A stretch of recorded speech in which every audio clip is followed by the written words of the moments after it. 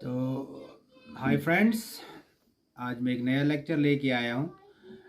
तो अभी तक हमने इंडस वैली सिविलाइजेशन के जो दो लेक्चर हमने जो है डिलीवर किए हैं, दो लेक्चर मैंने अपलोड किए हैं।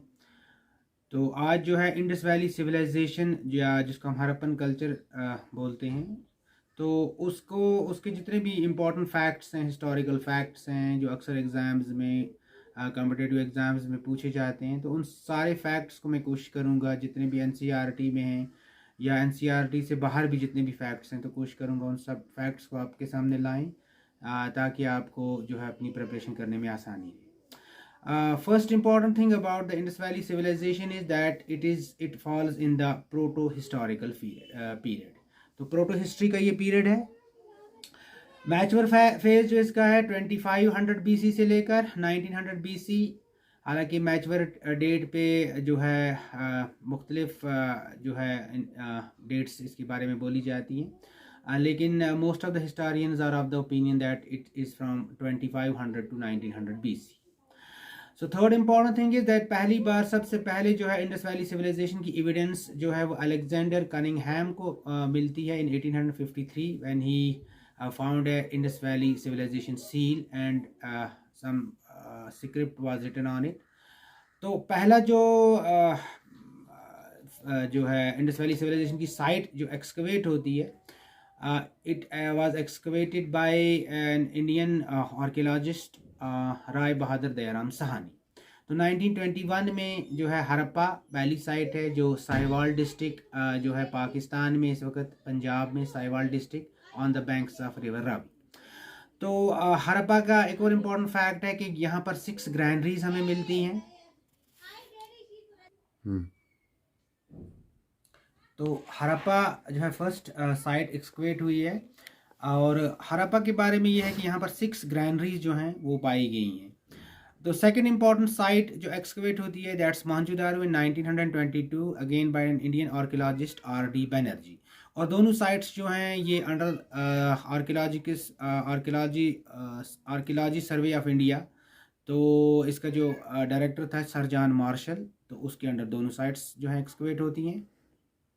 1922 में Mohenjodaro is called mount of dead and it is again found in Pakistan. Right now it is in Pakistan in Larkana district of Sindh जो प्रोविंस है पाकिस्तान का, वहाँ पर है on the banks of river Indus।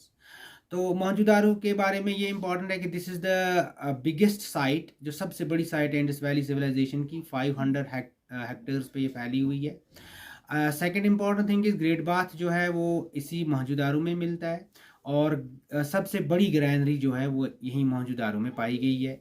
And the fourth important fact about is that जो dancing girl का bronze statue जो हमें मिला है डांसिंग गर्ल का, तो वो भी यहीं मोहनजोदारो से ही मिला है। Then the third important site is Chahangudaru. It is 150 kilometre in the south of Mohenjodaro, और ये जो साइट है ये भी पाकिस्तान में है, and it is again found on the river Indus. India में जो साइट्स हमें मिली हैं, सबसे इम्पोर्टेंट साइट्स जो हमें मिली हैं, फर्स्ट इज़ लोथाल, जो जहाँ पर हमें आर्टिफिशियल डॉकयार्ड मिला है। पोर्ट सिटी ये इंडिया की मानी जाती, इंडस वैली सिविलाइजेशन की मानी जाती है, और it is found on the river Bhogava river के जो है किनारे पे पाई गई है, और यहाँ पर हमें बोट्स मिली हैं। और यही लोथाल है जहाँ पर हमें फर्स्ट टाइम जो एविडेंस मिला है राइस कल्टीवेशन का, अलॉन्ग विद रंगपो जो अनदर इम्पॉर्टेंट साइट है गुजरात में ही। इन दो जगहों से हमें जो है एविडेंस मिले हैं राइस कल्टीवेशन के। Then the another important site is Kalibangan black bangles found in Rajasthan on the dried up river Ghaggar Hakra, जो रिवर गगर है, तो वहाँ पर ये साइट मिली है काली बैंगन के बारे में इम्पॉर्टेंट है कि यहाँ पर फर्स्ट टाइम हमें जो है प्लोड फील्ड यानी हल चला हुआ फील्ड जो है खेत मिला हुआ है, कि यहाँ पर एविडेंस मिली है कि लोग जो थे वो प्लोइंग जानते थे। और यहीं से हमें फायर अल्टार्स मिले हैं कि सैक्रिफिशियल पर्पज़ के लिए जो यूज़ होते थे, और यहीं से हमें वुडन प्लोज जो हैं वो भी मिले हुए हैं। Then another important site is in Haryana, it is Rakhigarhi और बनवाली। ये दोनों साइट्स जो हैं ये हरियाणा में मिले हुए हैं हमें। और जो हमारा बनवाली का इम्पोर्टेंट साइट है, it is again found on the river गग्गर। तो जो सबसे बड़ा साइट इंडिया में है इंडस वैली सिविलाइजेशन का, इट इज़ राखी गाड़ी। 250 हेक्टेयर्स पे ये फैला हुआ है। यानी ओवरऑल जो है सबसे मेजर साइट है मोहनजोदारो, 500 हेक्टेयर्स पे फैला हुआ है। लेकिन अगर इंडियन कॉन्टेक्स्ट की अगर हम बात करें तो इंडिया में सबसे बड़ी इंडस सिविलाइजेशन की जो साइट है, इट इज़ राखी गाड़ी, 250 हेक्टेयर्स पे जो फैली हुई है। Then the another important fact is that हमें स्क्रिप्ट मिला है यहाँ इंडस वैली सिविलाइजेशन का। पहली बार हमें जो मिला है कि लोग जो थे वो राइटिंग का आर्ट जो है उनको पता चल चुका था, राइटिंग वो जानते थे, लेकिन टिल डेट अभी तक हम राइटिंग जो है वो डिसिफर नहीं कर पाए हैं। और इनकी राइटिंग को जो हम बोलते हैं बैस्ट्रोफिडम स्क्रिप्ट हम बोलते हैं।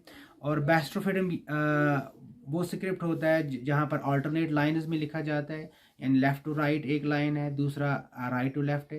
And this is also called pictographic script, जहाँ पर पिक्चर्स बनाई गई हैं, यानी अल्फ़ाबेटिक स्क्रिप्ट ये नहीं है। तो ज़्यादातर हमें फ़िश की स्क्रिप्ट मिली है और ह्यूमन स्क्रिप्ट मिली है। इसके साथ साथ अगर हम कंटेम्प्रेरी सिविलाइजेशन की बात करें, अगर हम इजिप्ट की बात करें, तो वहाँ पर भी राइटिंग स्किल जो था वो डेवलप हो चुका था।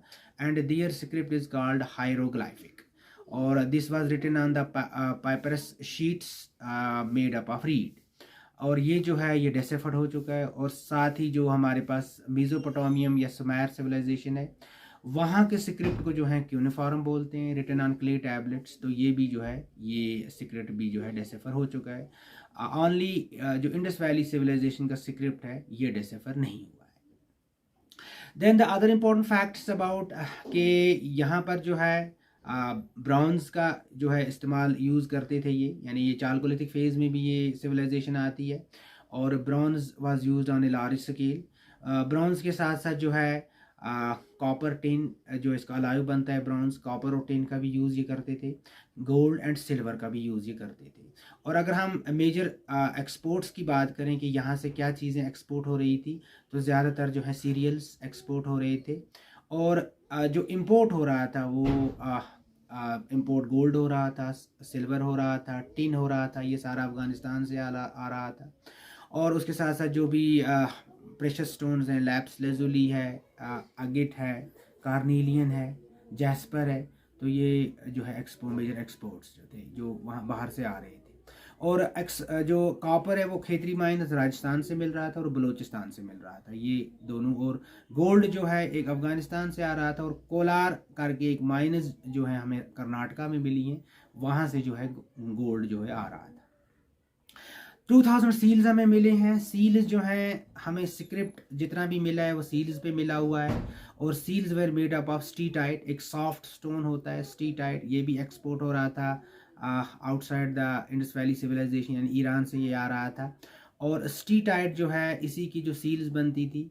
और 2000 सील्स हमें मिलती हैं। सील्स एक तो ट्रेड पर्पस के लिए यानी एज ए करेंसी यूज़ करते थे।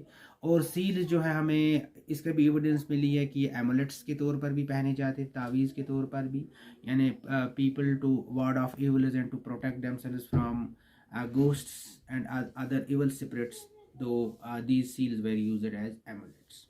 तो एक्सटर्नल ट्रेड की अगर हम बात करें, हमें मेसोपोटामिया से जो उनकी सिलेंड्रिकल सील है वो हमें मोहनजोदारो में मिली हुई है।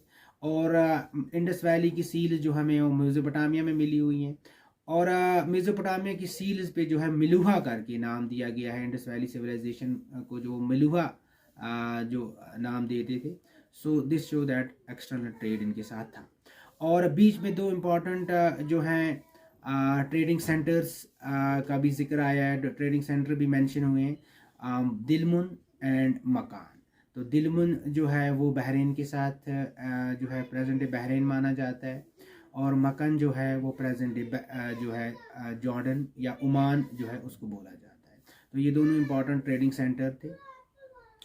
तो जो इसके डिक्लाइन की अगर हम बात करें तो डिक्लाइन पे जो है बहुत सारी थ्योरीज़ हैं। First important theories present by DP Agrawal और एमएस सूद। इनकी थ्योरी के मुताबिक जो है drying up of Ghaggar Hakra river जो है इंक्रीज एरिडिटी जो है, तो ये इस चीज़ को बोलते हैं कि this was responsible for the decline of Indus valley civilisation.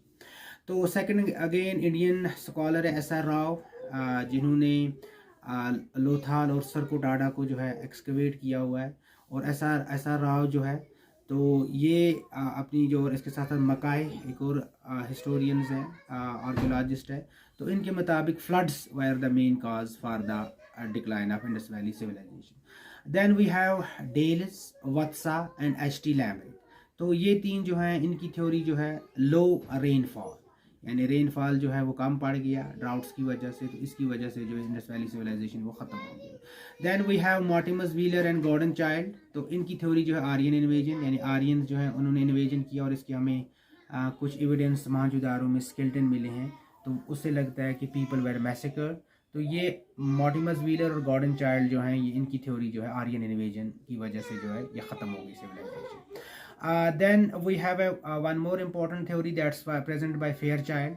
तो Fairchild के मुताबिक जो है इकोलॉजिकल इम्बैलेंस, तो इकोलॉजिकल इम्बैलेंस की वजह से जो है ये सिविलाइजेशन ख़त्म हो गई।